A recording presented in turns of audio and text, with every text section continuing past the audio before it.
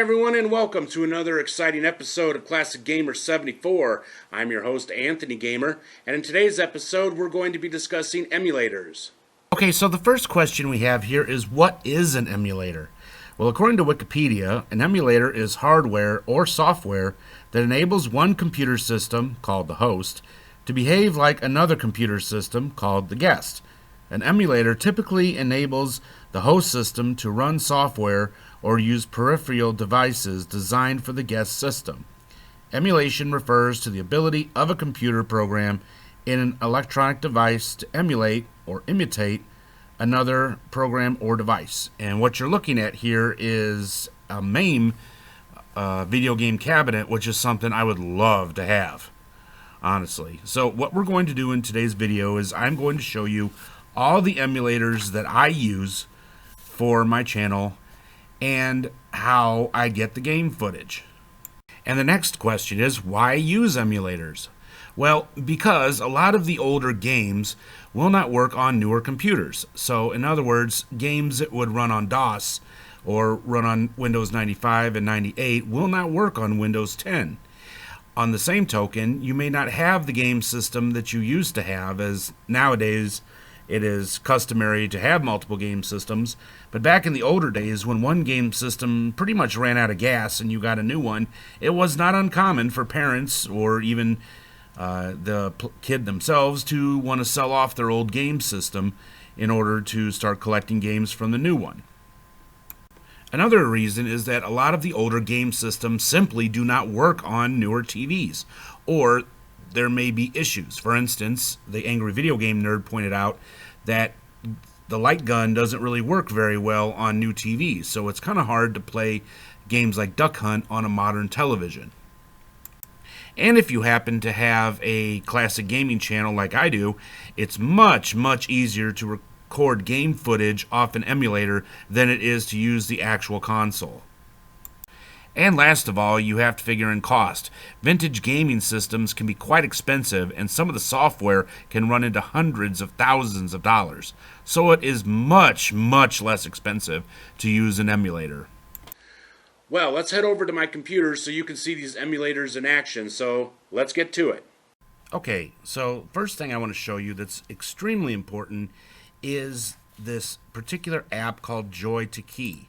What this app does is it allows you to emulate a particular joystick or controller using your own. Now, of course, I use the PlayStation 2 and 3 controller as the game controller that I use on all the games that I play. So let's start this app up. Now, this app is actually for free. You can find it on the internet. It's called JoyToKey, and you can program the joypad for each particular game system. As you can see, I have several listed here that I have programmed the JoyToKey to work with. Alright, so let's get into the emulators I use. What are my emulators of choice? And I'll go through each game system and show you the one that I use. First one we'll talk about is the Atari 2600, as if you've watched this channel for a while, you know that it is basically my game system of choice. Okay, so this is Stella. Stella has been used for many years. It's not the original game emulator for Atari, but it is probably the best one. I have my games listed here, you can see, and I have them into sub categories, so I know where I want to go to play a particular game. Now, another game Atari emulator is this one that's called the Z26. This one is probably the first game emulator that was ever used. Let's see, it's down here at the bottom. The Z26, there it is quite similar to this one. The only difference is that it's older and it's still pretty user-friendly. I honestly have to say that it's a good emulator. Now, for instance, if you wanted to play any of the KidVid games, you have to use Z26. You cannot use Stella at the moment to play any of the KidVid games like the Berenstain Bears and the Smurf game. You have to use that. Again, hopefully someday as Stella gets updated, they will have the ability to play those particular games. If you're interested in getting Stella or the Z26 or both of them, there's only one place to get them, and that is at AtariAge.com. So head over there right now and download these emulators. They're both very user-friendly, and I have to honestly say these are the best emulators and the first ones that I ever used.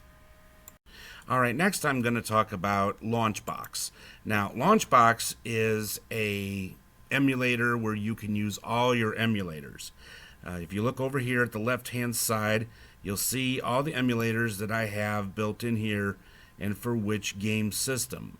Just about every emulator I use is right in here.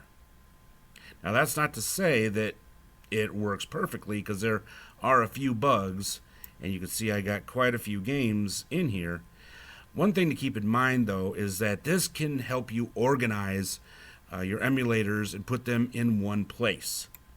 Definitely worth the time that you will put into getting Launchbox and RetroArch, as you will need that, to put all your games in one place. Now, Launchbox and RetroArch can sometimes be a little difficult to use, so I'm going to put a link in the description below to show you a series that will help you to use these for yourself. Now, if you like to play DOS games, there's only one emulator to use for that, and that is DOSBox. Now, in order to use this, you have to have a familiarity with how to run DOS. This one is pretty user-friendly, but again, you really need to know what you're doing. So I'll show you briefly. It's pretty easy, but again, the key thing to remember in here is that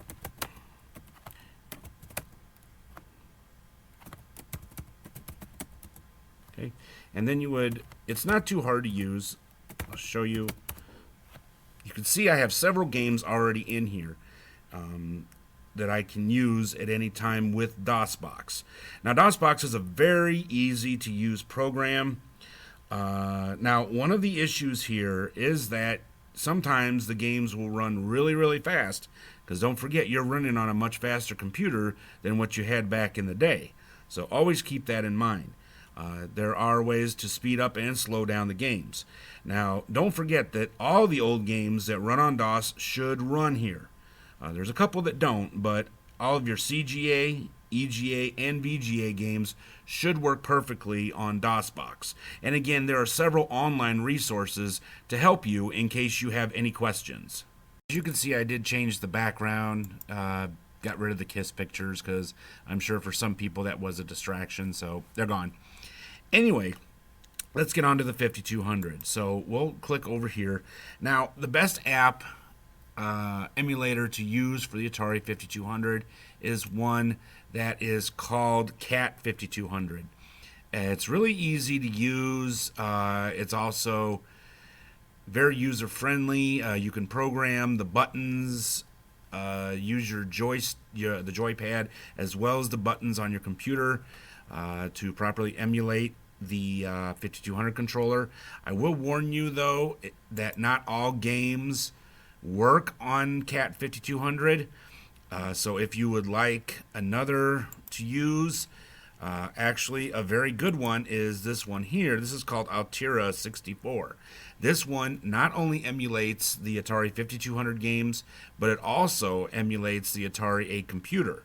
Also pretty user-friendly to use, as the Atari 8 computer was relatively user-friendly. So actually, you probably would be better off to use just Altera 64 for both if you choose. So it's pretty much up to you. One of the best emulators to use for ColeCovision is this one called ColeM. It's a pretty easy to use program that I really like. The only problem that I have had with it is that sometimes the sound doesn't work very well, and I have to kind of fiddle around with it. But overall, it works well, and I've yet to have a game not work for this emulator. Alright, for the longest time, I didn't think I would actually be able to find a Commodore 64 emulator. I tried some in the past, and none of them seemed to work. Well, that is until I discovered this one, which is called HOXS64 or HOX 64. Really a cool program. Once you get it running, it will pretty much do the work for you. It's customizable. You can go in there and change the keyboard settings, program the joystick. Really a cool program to use. It really, like I said, does the work for you. So like for instance, when you would start up a Commodore 64, you would have to type the load. Well, it actually does it for you, so you can pretty much get right into the game. You can see it does the run, so very user-friendly.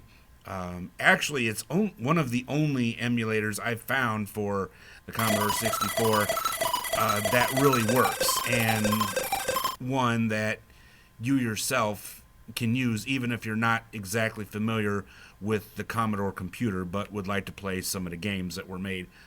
Okay, next up we'll talk about the Amiga computer.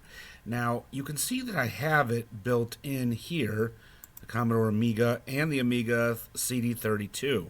Now, you can use Launchbox, but to be honest with you, I actually prefer to use this emulator right here. It's called FSUAE. Now, this emulator will work for just about anything made by Amiga or any Amiga type. You can see here it'll work for the Amiga computers, the different varieties, and it will help you emulate the CD32 and the CD-TV. Of course, you probably heard about that from the Angry Video Game Nerd. It's not really hard to use, as you just put your discs in a virtual disk drive here. Now, next up, we have Game & Watch. Now, it may be hard to believe, but remember those old handheld games that we had back in the day? Well, guess what? There's an emulator for that. Yep, here they are. I'm kind of scrolling through, and you can see some of them. Remember some of these? Well, you can actually play them through Launchbox. If you open it up, you use RetroArch. You can see that RetroArch has been programmed, and I have the core for it, so you can actually play an emulated version of some of your favorite handheld games. For instance, remember those old Tiger games and things like that? You can play them on here.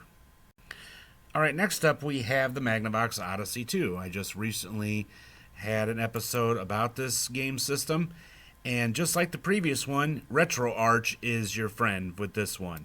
You can just simply launch here. Give it a second. And there you go. It works just like the old Magnavox Odyssey, as you do have access to the whole keyboard, so you will be able to play not only the games for the Magnavox Odyssey 2, but also some of those programs like the ones that will help you learn how to program in BASIC and learn how to type. And next we have the Mattel Intellivision. Now, the best emulator out there for this has to be Nostalgia. Now, you can also run this through Launchbox like I did, but remember that before you run it through Launchbox, you've got to go into Nostalgia and set up the program itself, because there's a lot of things you kind of got to set up, like the button, the keyboard, and all that other stuff. So it is the absolute best emulator, and as far as I know, the only one. But like I said, once you get it running, it's just fine. It's just a question of going in there and setting up the keyboard, the keyboard controller, so that you can play any game that you want to play. And our final one for today is the Turbograf X16. Now, you can use RetroArch through Launchbox, but myself personally, I prefer to use this one called Magic Engine. So you can set it up for full screen. You can set everything up right here before it even starts up. Very user-friendly. I would say, honestly, the best, if not probably the only one that works perfectly for the Turbograf X16. Well, that brings us to the end of another episode of Classic Gamer 74. I really hope you all enjoyed it. If you did, you know what to do. Smash that like button. subscribe if you haven't already, and don't forget to click that little bell icon down there so you'll be notified when I upload new episodes. In our next episode, we will have part 2 of emulators, so you will not want to miss that. Don't forget, I will be live every Wednesday night at 9 p.m. Central, which is 10 p.m. Eastern.